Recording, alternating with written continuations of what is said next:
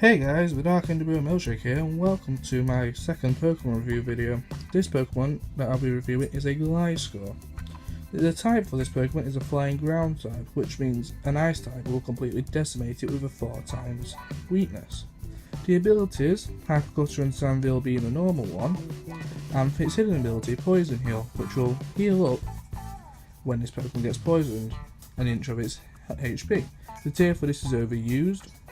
I can see why, with it being a very powerful Pokemon if used in the right way. HP and special defense being okay, but it's not the best stats, defense being its priority stat, attack and speed being just close behind it. Special attack it's lacking, but the only special attacking move you'll ever use is Earthquake, which is for multi-battle or double battles only, or the occasional fire type that pops up. But just quickly look at its evolutions. It's only evolved from a Generation 3 Gligar. I think it's Generation 3, please correct me in the comments if I am wrong. But here's the strategies for this Pokemon. First one is a Sword Dance Stallbreaker. Never tried this tactic, I might actually try this. Again, these stats are from Smogon, as you can tell by the design of this website. The moves it suggests you to use is Sword Dance, Earthquake and Roost. And obviously a choice of Knockoff and Fade. Please someone correct me again. Don't know how, with you not actually able to speak to me. So this is using the Poison Heal tactic, which means the Toxic Orb is a priority usage, because it will poison it as soon as it's done, and then it will heal up every turn. Careful Nature, never tried this tactic. Like I said, Careful Nature, really interesting. I'll have to try this one out. EVs, obviously if you look there, decent spread. Again, not the spread I normally use. If we just have a scroll up, it explains why it uses Sword Dance. I'll just scroll up to the right bit. Sword Dance boosts the attack, making it an immediate threat and capable of beating defensive Pokemon more easily. Earthquake is Gliscor's strongest attack, boosting stab and a neutral hit on many defensive Pokemon such as Mega Sableye, Clefable and Mega Altair. Wow, it's very interesting. Stallbreaker, another one from Smogon. Again, if we have a look at the EVs, the exact same item, ability, nature and EVs.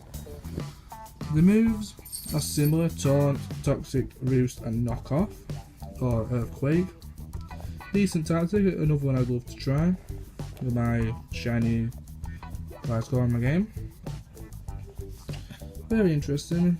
The one I use, just have a look at the starting moves. I use Earthquake, Knockoff, Protect and Toxic. Protect, so I protect on first turn to secure that Toxic on me so I get the poison to make sure I'm healing every time. And yeah, it's just an interesting way of doing it. But not everyone likes using that tactic. People think it's just a bit cheap how to play, but it wins battles. So here's some of the moves. Obviously this time you can see it a bit better because I'm having the camera the right way around, which I didn't realise until after I recorded my last one. So slowly scroll through the moves. As you can see, it's got interesting moves. Cross Poison, a special attack if you're using the Hypercutter. Any moves that uses the claws of a Pokemon, Hypercutter is the best thing to use, like False Swipe if you want to use it to catch a Pokemon. Fire Fang, a decent all-round move, not very strong though, as you can see. Giga Impact, very strong move, however has a slim chance of missing, but it's very powerful, but obviously like Hyper Beam, you cannot move on the next turn. Obviously you have all your hidden powers, obviously we all know about them. Home Claws, Hyper Beam, Ice Fang, Iron Tail, decent moves.